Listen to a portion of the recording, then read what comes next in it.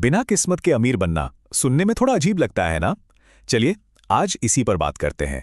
ये कोई लॉटरी जीतने का तरीका नहीं है, बल्कि ये एक ऐसा माइंडसेट और स्किल सेट बनाने के बारे में है जिससे दौलत खुद ब खुद खींची चली आए। तो सबसे बड़ा सवाल यही उठता है कि क्या ये सच में मुमकिन है? और इसका जवाब है बिल्कुल हाँ। ये कोई किस्मत का खेल नहीं है, ये एक ऐसा रास्ता है, एक ऐसा प्रोसेस है जिससे सीखा जा सकता है और उस पे चला जा सकता है। ठीक है, तो चलिए इसमें थोड़ा और गहरा उतरते हैं।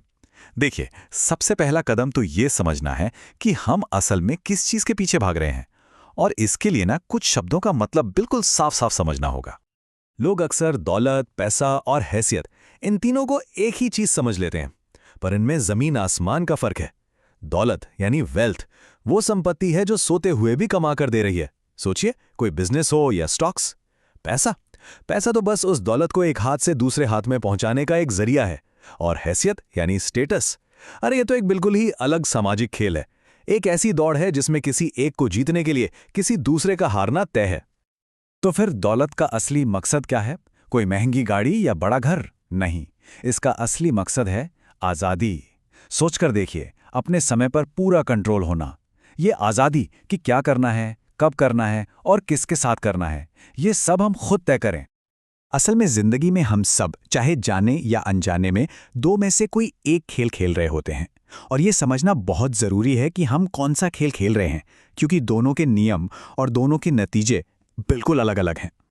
पहला है जीरो सम गेम। इसको ऐसे समझिए कि केक का साइज फिक्स्ड है। अगर एक को बड़ा टुकड़ा मिला तो जाहिर है दूसरे को छोटा ही मिलेगा।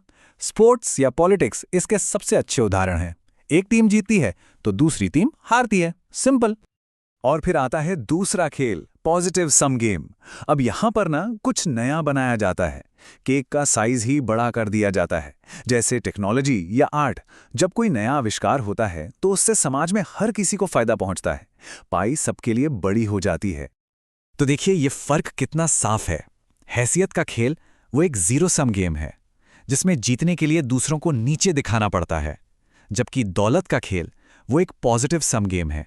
इसमें हर कोई अमीर बन सकता है। क्यों? क्योंकि यहां वैल्यू क्रिएट की जा रही है, सिर्फ एक दूसरे से छीनी नहीं जा रही। तो सवाल यह है कि दौलत बनाने वाला ये पॉजिटिव सम गेम आखिर खेला कैसे जाए? इसके लिए तीन खास चीजों की जरूरत होती है। चलिए दौलत बनाने के इस फॉर्मूले को समझते हैं। सबसे पहली चीज है विशिष्ट ज्ञान, यानी स्पेसिफिक नॉलेज। ये वो ज्ञान है जो किसी क्लास में नहीं सिखाया जा सकता, लेकिन इसे सीखा जा सकता है। ये मिलता है अपनी सच्ची दिलचस्पी और जुनून को फॉलो करने से।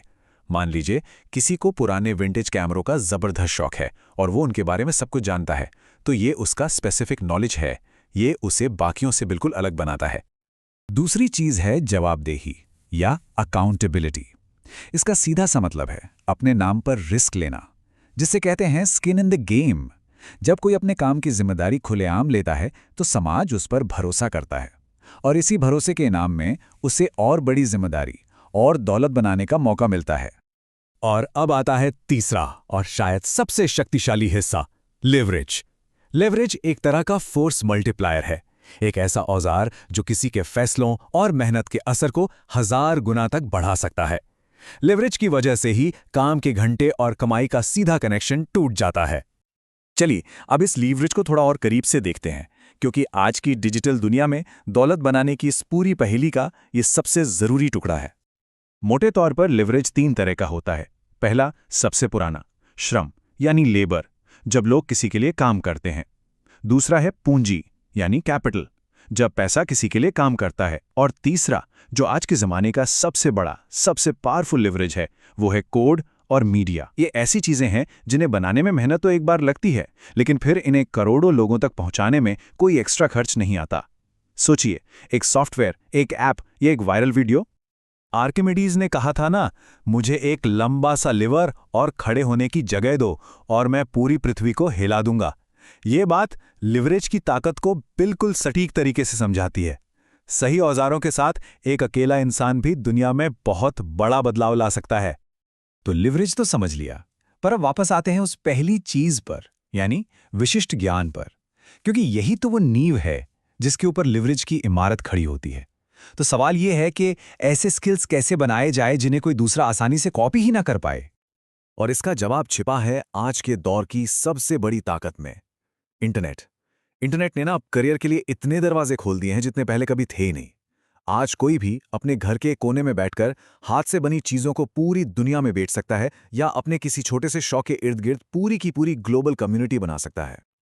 और यहीं पर एक बहुत मजेदार बात सामने आती है, प्रामाणिकता के जरिए कंपटीशन से बचना। जब कोई वो काम करता है जो सिर्फ वही कर सकता है तो उसका कोई कंपटीशन ही नहीं होता। कोई और इंसान किसी दूसरे इंसान की सबसे अच्छी कॉपी तो बन सकता है, पर वो खुद नहीं बन सकता।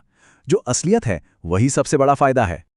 तो आखिर में दौलत बनाने का खेल बस दो ही सबसे जरूरी स्किल्स पर आकर टिक जाता है, बनाना सीखना और बेचना सीखना। मतलब कोई एक चीज बना सकता है और दूसरा उसे लोगों तक पहुंचा सकता है। अगर ये दोनों चीजें कोई एक इंसान कर ले तो फिर उसे कोई नहीं रोक सकता। लेकिन रुकिए, इस पूरी पहेली का एक आखिरी और शायद सबसे जरूरी टुकड़ा अभी बाकी है। क्योंकि स्पेसिफिक नॉलेज और लीवरेज तो हैं, पर बिना सही समझ के यही ताकत बहुत खतरनाक भी हो सकती है। एक ऐसा स्किल है जो इन सबको एक साथ जोड़ता है, और वो है विवेक, यानी जजमेंट। ये अपने फैसलों के लंबे समय के नतीजों को देख पाने की काबिलियत है। ये चीज किताबी ज्ञान से नहीं आती, ये आती है अनुभव से और बिल्कुल साफ सोच रखने से। यही वो स्किल है जो तय करता है कि लिवरेज का इस्तेमाल सही दिशा में होगा या गलत। तो आखिर में ये पूरी बातचीत हमें एक बहुत बड़े सवाल पर लाकर छोड़ देती है। अगर दौलत का असली मकसद आज़ादी है तो उस आज़ादी का किया क्या जाएगा? अगर काम करने की जरूरत ही ना रहे तो कोई अपना समय कैसे बिताएगा? ये सवाल दौलत कमाने के कैसे से कहीं ज्यादा उसके क्यों पर सोचने को मजबूर करता है।